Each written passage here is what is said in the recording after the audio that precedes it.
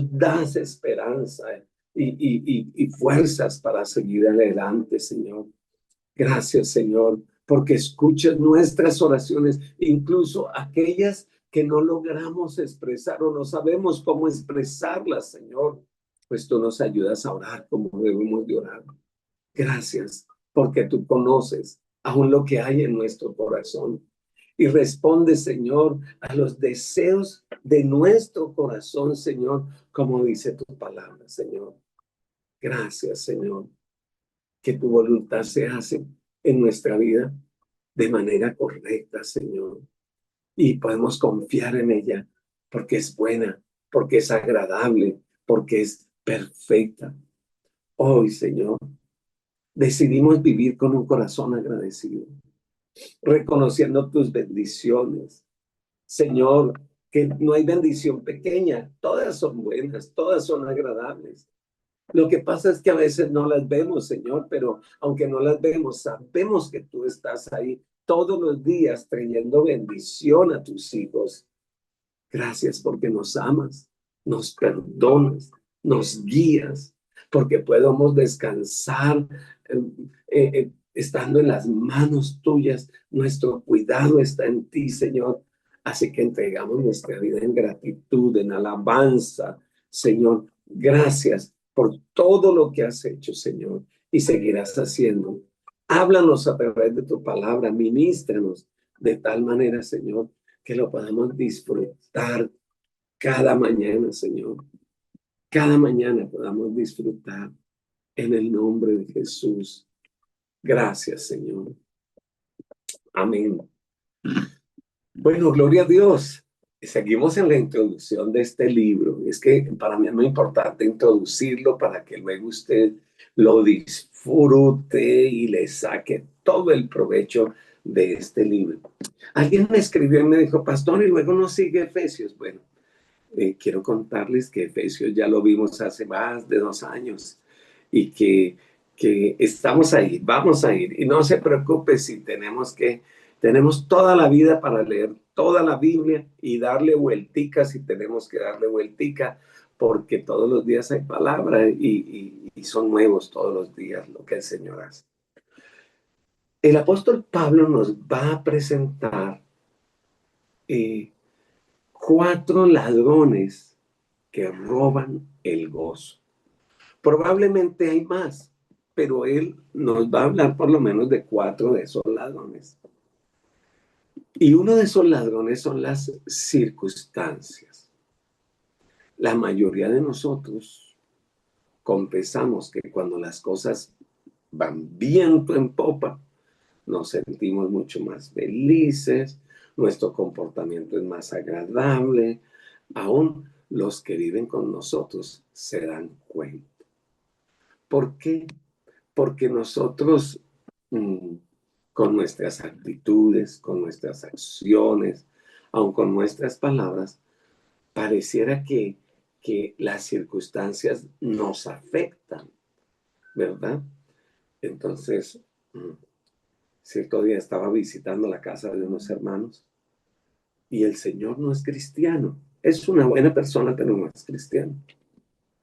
Y llegó y abrió la puerta y saludó, le dio un beso a la esposa y pidió permiso para retirarse un momento. ¿Y sabe qué dijo la hermana? Yo creo que hoy le fue bien a mi esposo. Yo quedé pensando, le dije, ¿por qué? Me dice, porque no tiró la puerta del carro, porque no siguió a la carrera para su habitación. Ni sentí la llegada. Mire, me dio hasta un beso y lo saludo a usted, pastor. ¿Qué les parece? A veces, inclusive nuestro rostro, nuestras acciones, nuestras actitudes, usted se ha detenido a considerar cuán pocas son las circunstancias de la vida que realmente están bajo nuestro control. A veces nos levantamos, ay, mire, está lloviendo, ay, ahora qué vamos a hacer, mire ese aguacero, ay, mire, está haciendo frío, no, no, no, no. vamos en la carretera y hay un accidente, se vino una luz de tierra, hay un tráfico y usted va para una cita médica. ¿Mm? ¿Será que nosotros tenemos el control sobre el tiempo? No. ¿Sobre el tráfico?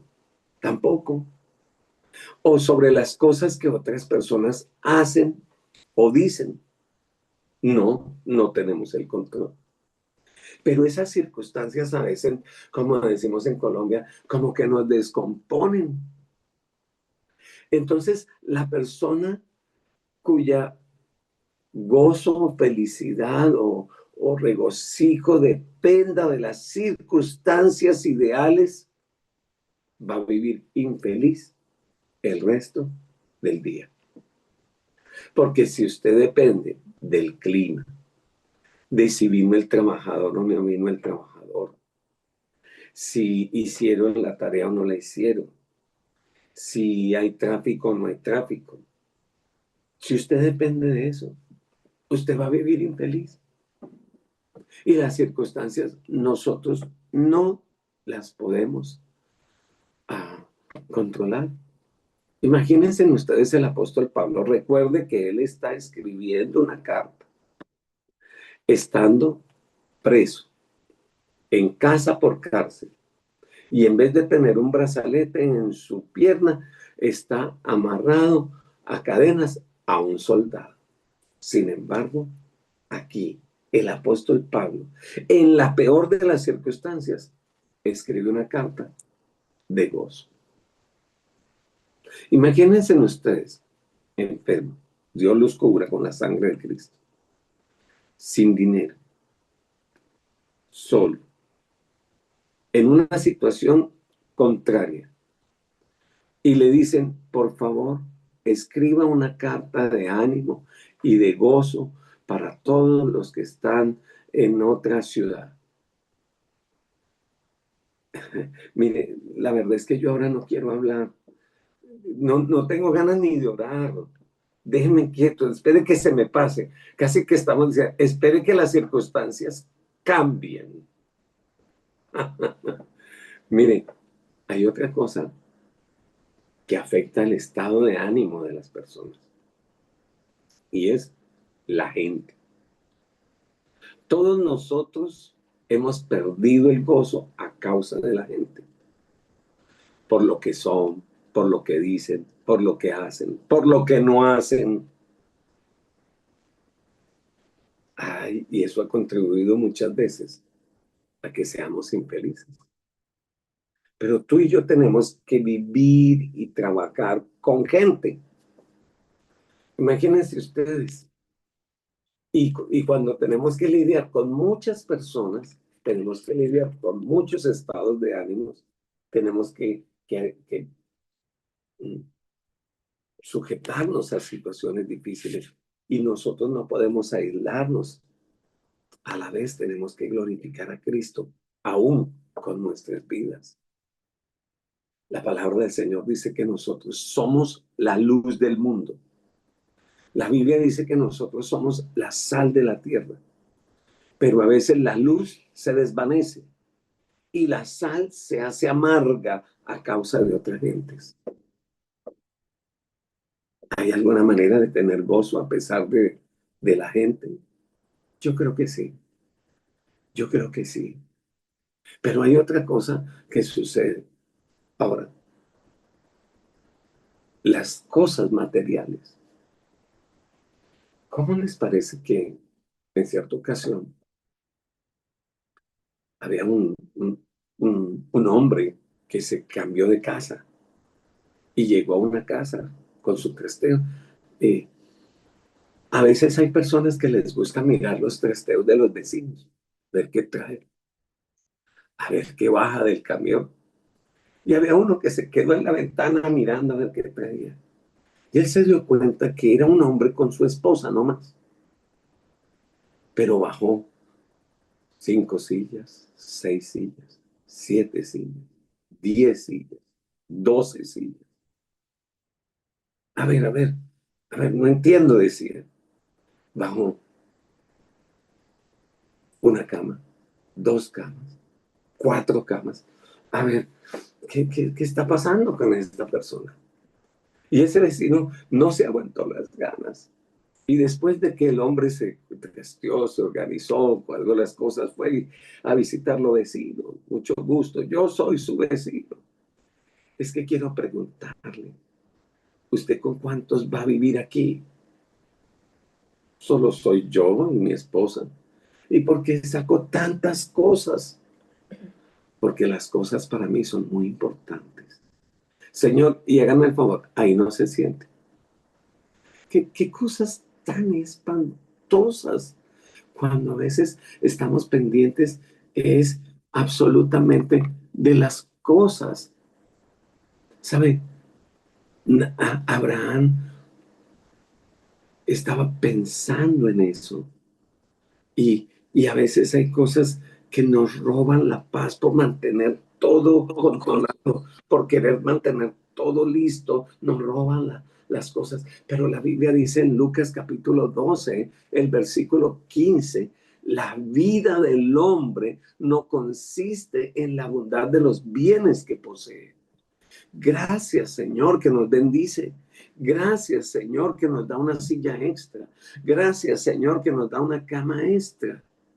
Pero después de toda la conversación con el vecino, le dijo, mira, la verdad es que yo soy pastor y aquí tengo más sillas porque usted es uno de mis invitados para la próxima reunión familiar.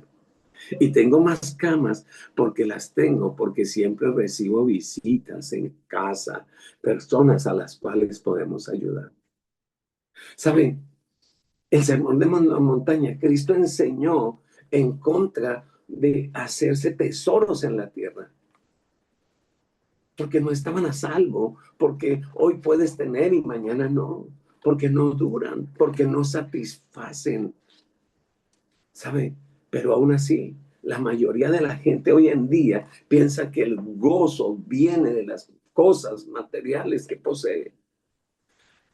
En realidad, las cosas más bien nos pueden robar el gozo, porque estás pensando cómo cuidar tus cosas. Esta anécdota creo que usted la ha escuchado de su pastor o de muchos, de aquella señora que no iba a la iglesia porque tenía que cuidar su casa, cuidar sus cosas. Y el pastor le dijo, mire, venga a la iglesia que el Señor se queda cuidando sus cosas. Usted puede venir con nosotros, el Señor estará aquí cuidando. ¿Está seguro, pastor? Sí, totalmente seguro. Ah, bueno, pastor, entonces voy con usted. Y cuando llegaron a la iglesia, el señor de la alabanza no sabía lo que habían hablado con la hermana. Y entonces empezó a alabar al Señor. Y en medio de la reunión dijo, démosle un aplauso al Señor porque Él está aquí. Y esta mujer salió a la carrera y dijo, pastor, usted me mintió. El Señor me dejó la casa sola, la van a robar. ¿Sabe? A veces nuestra mente, nuestro corazón está más en las cosas materiales. Y eso hace a veces que, que tengamos ese otro enemigo del gozo y es la preocupación. Y esta es el peor de todos los ladrones. ¿Cuánta gente ha sido robada su paz, su satisfacción a causa de una preocupación? Yo espero que ninguno de ustedes haya tenido ese ladrón anoche, que una sola preocupación te haya robado el sueño, que una sola preocupación te haya dañado el descanso. Mire, si escucha la palabra, preocupación. ¿Quieres ocuparte antes de? ¿Quieres hacerlo todo antes de? No ha pasado y ya estás preocupado. De hecho, la preocupación tiene incluso consecuencias físicas. Y mientras que la medicina puede quitar los síntomas, no puede eliminar la causa de la preocupación. La preocupación puede dañar el sistema nervioso, puede dañar la digestión, puede dañar tantas y tantas áreas. Por eso el Señor dice, echa sobre mí todas tus ansiedades, pues yo tengo cuidado de vosotros. ¿Sabe? Si usted ha tenido problemas de sueño, usted puede ir a la farmacia y comprar algo para el sueño. Pero te voy a decir algo. No te venden nada para el descanso. Absolutamente nada. Si Pablo hubiese querido preocuparse, le habrían sobrado ocasiones para ello y motivos para preocuparse. Era un preso político que se enfrentaba a una posible ejecución. Sus amigos en Roma estaban divididos respecto a su juicio, a estar de acuerdo o en desacuerdo. No tenía una, como llamamos ahora, una cobertura o una junta misionera que lo respaldara o un grupo de abogados que lo defendieran. Pero a pesar de todas las dificultades, Pablo decidió no preocuparse. En cambio, escribió una carta llena de gozo, diciéndonos cómo hacer para dejar de preocuparnos. Así que esos son los cuatro ladrones que nos pueden robar el gozo, las circunstancias, las personas, las cosas, aún las mismas preocupaciones. Cuando nosotros podemos entregar a estos ladrones al Señor, vamos a recibir el gozo del Señor. La respuesta es la siguiente. Entonces, debemos cultivar correctamente nuestras actitudes frente a las cosas, a las personas, a las circunstancias, porque no las podemos controlar. Yo no puedo controlar el tiempo, ni las circunstancias, ni las personas, pero yo sí puedo trabajar en cómo yo reacciono frente a esas circunstancias. Recuerde lo que hablamos ayer, que nuestra perspectiva determina nuestro porvenir. Esa actitud mental que cultivamos, esa transformación de nuestra manera de pensar a través de la palabra de Dios. Entonces, estos 4 capítulos de Filipenses, Pablo nos va a describir 4 actitudes mentales que van a producir el gozo a pesar de las circunstancias, a pesar de la gente, a pesar de las cosas. ¿Saben? Nos va a ayudar a liberarnos de estos enemigos. Empecemos con la primera. Mantenga una mente sencilla. Sencilla proviene del latín que significa mantenga su mente con un solo propósito, con un solo ánimo o con un solo sentir.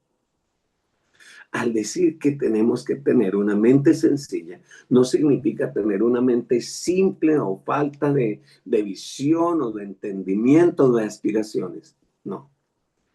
Mire lo que dice Santiago, el capítulo 1, el versículo 8.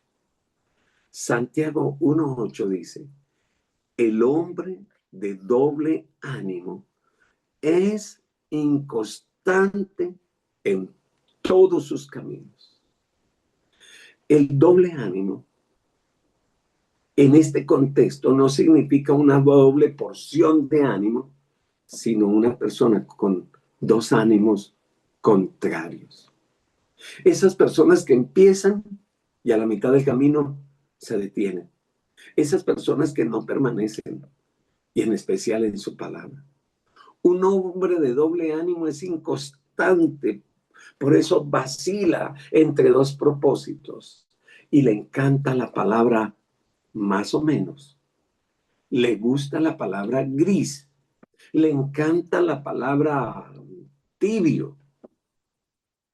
No se compromete con Dios, aunque no se mete de cabezas con el enemigo. Se siente bien porque está en la mitad.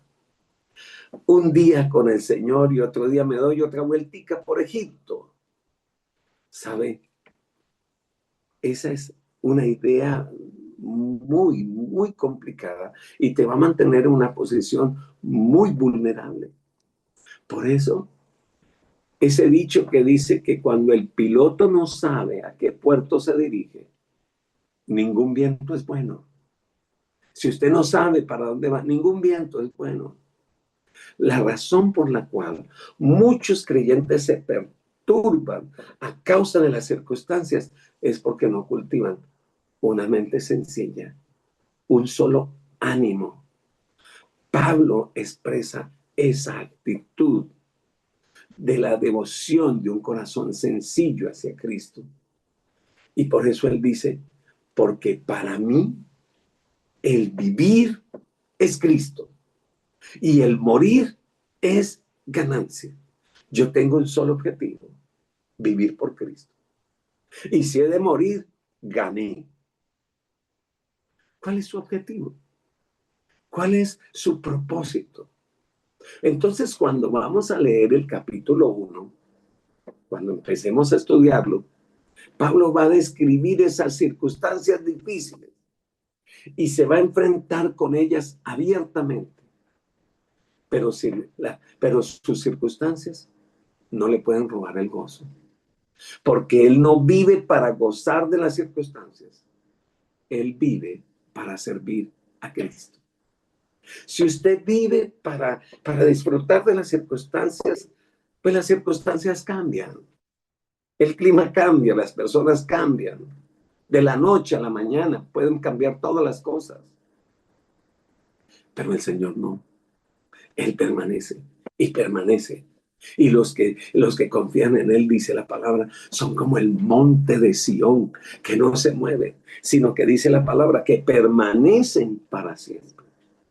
Un hombre con un solo propósito, una sola cosa hago. Recuerda que esto decía Pablo. Vamos a mirar. Gálatas 3:13. Dice, Gálatas 3:13. Hermanos, yo mismo no pretendo ya alcanzarlo, pero una cosa hago. Quiero que subraye eso y que esa sea uno de los lemas de su vida. Una cosa hago, olvidando ciertamente lo que queda atrás, extendiéndome hacia lo que está adelante. Una sola cosa. Si he de vivir, viviré para Él. Y si he de morir, mi muerte será ganancia. Alabado el nombre del Señor. No mirar a las circunstancias en sí mismas, sino en relación con Cristo. Señor, esto me está sucediendo hoy. ¿Me podrías, por favor, ayudar para entender cuál es el plan? ¿Cuál es el propósito? Señor, yo sé a qué me he llamado. Yo sé cuál es el plan que tengo y a quién sigo. Así que todo esto tiene que tener algo aquí. Mire, ¿sabe? Él aparentemente es prisionero de Roma, pero él dice, no. Yo no soy prisionero de Roma. Yo soy prisionero de Cristo. En Efesios capítulo 3, el verso 1 dice, por esta causa, yo, Pablo, prisionero de Cristo Jesús, por vosotros los gentiles. Aunque estaba prisionero aparentemente de Roma, él dijo, no, yo ya he estado prisionero y estoy prisionero voluntariamente, prisionero de Cristo. Ya no voy donde quiero, ya no salgo donde quiero. No estoy amarrado a un soldado, estoy amarrado a Cristo. Alabado el nombre del Señor. Las cadenas que llevan son aparentemente lo tienen atado, pero él dice en Filipenses 1:13, mire lo que dice, de tal manera que mis prisiones se han hecho patentes en Cristo, en todo el pretérito y a todos los demás. Ellos han visto no la cadena que tengo aquí pegada al soldado, no los cepos pegados al soldado. Yo les estoy mostrando que mis cadenas son las cadenas que me atan a Cristo Jesús. Está enfrentando con un juicio civil, aunque le dijeron, en cualquier momento te podemos declarar culpable, sino que está puesto para la defensa del evangelio. Mire lo que él mismo dice allí en Gálatas capítulo 1, verso 17. Dice, porque los otros por amor, pero los otros por amor, sabiendo que estoy puesto para la defensa del Evangelio. Él no va a defenderse ante su juicio civil. Él dice, yo tengo algo más en que defender. Estoy defendiendo el Evangelio. Alabado el nombre de Dios.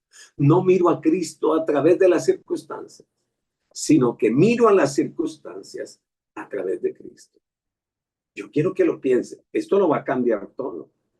No miro a Cristo a través de las circunstancias, sino que miro las circunstancias a través de Cristo. Una cosa es yo poner las circunstancias frente a mí y tratar de mirar a Cristo. No lo voy a poder ver. Pero si yo pongo a Cristo frente a mí y luego veo las circunstancias, pues las circunstancias realmente no las voy a poder ver, sino que voy a estar mirando a Cristo. Cuando un creyente tiene la mente sencilla, se interesa por mantener la comunión con el Evangelio. Mire, por favor, ahora lea conmigo, ubíquese en Gálatas, en Filipenses, perdón, capítulo 1. Todavía estoy en Gálatas aquí en mi mente. Filipenses capítulo 1, verso 1 al verso 11, por favor. Mire lo que dice la Escritura. Y después de lo que yo le dije, entonces trate de comprender a Pablo cuando escribe esto. Dice, versículo capítulo 1, verso 3 al verso 11, por favor. Dice, doy gracias a mi Dios siempre que me acuerdo de vosotros. Siempre en todas mis oraciones rogando, ¿con qué? Con gozo. Pero, a ver, espérate, Pablo, ¿no estás preso? ¿No estás a punto de ser juzgado y llevado a la horca? ¿No estás encadenado a un soldado? A ver, volvamos. Doy gracias a mi Dios siempre que me acuerdo de vosotros. Siempre en todas mis oraciones rogando con gozo por todos vosotros, por vuestra comunión en el Evangelio, desde el primer día hasta ahora, estando persuadido de esto, que el que comenzó en vosotros la buena obra. A ver, Pablo, en vez de pensar en sus problemas, en sus situaciones, ahora usted está orando por otros. Pablo, deberías orar por ti. ¿Están comprendiendo lo que está haciendo Pablo? Y dice, estando persuadido de esto, que el que comenzó la obra en vosotros, la buena obra, la perfeccionará hasta el día de Jesucristo. Como me es justo sentir esto de todos vosotros, por cuantos tengo en el corazón y en mis prisiones y en la defensa y confirmación del Evangelio. Todos vosotros sois participantes conmigo de la gracia, porque Dios me es testigo de cómo os amó a todos vosotros con el entrañable amor de Jesucristo. Esto pido en oración, que vuestro amor abunde aún más y más en ciencia, en todo conocimiento, para que aprobéis lo mejor, a fin de que seáis sinceros e irreprensibles para el día de Cristo, llenos de frutos de justicia, que son por medio de Jesucristo, para gloria y alabanza de Dios. Escucha esto. ¿Sabe cuál es uno de los antídotos para que estos ladrones no vengan a robarte el gozo cuando estés pasando por pruebas y dificultades? No te centres en tus problemas. Empieza a orar y a interceder por otros. Empieza a bendecir a otros. Levanta tu oración para bendecir a otros. Mientras tú te alabas al Señor, mientras tú glorificas al Señor, mientras tú intercedes por otros, el Señor se ocupa de las cosas tuyas. ¿Qué quiere el enemigo? Que el centro de la oración tuya seas tú. Que el centro de la alabanza seas tú. Que el centro de la predicación seas tú. No, el centro es el Señor.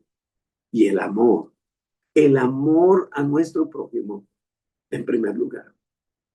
Damos gracias al Señor por esta mañana. Señor, por favor, ninguno de los que estamos aquí estamos exentos de que estos ladrones quieran venir a robarnos. Pero queremos tener la misma actitud que tuviste tú Y que nos revela aquí Pablo también a través de su vida, Señor.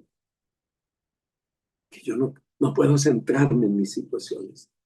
Yo tengo que amar lo que tú amas y ministrar a quien tú ministras.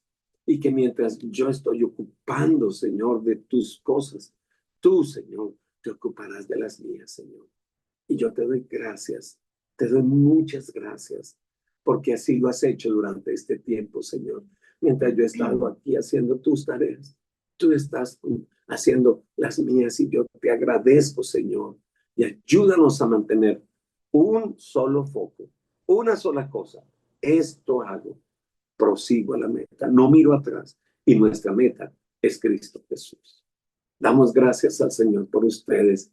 Quiero Sí. bendecir a Steven allá, mi querido Steven. Bendiciones para ti y toda la casa. A Reta, a Juanita, a todos los que están aquí. Que el Señor les bendiga, hermanita Amén. Mar. Nos vemos mañana, Marlene, y que el Señor les bendiga. Amén.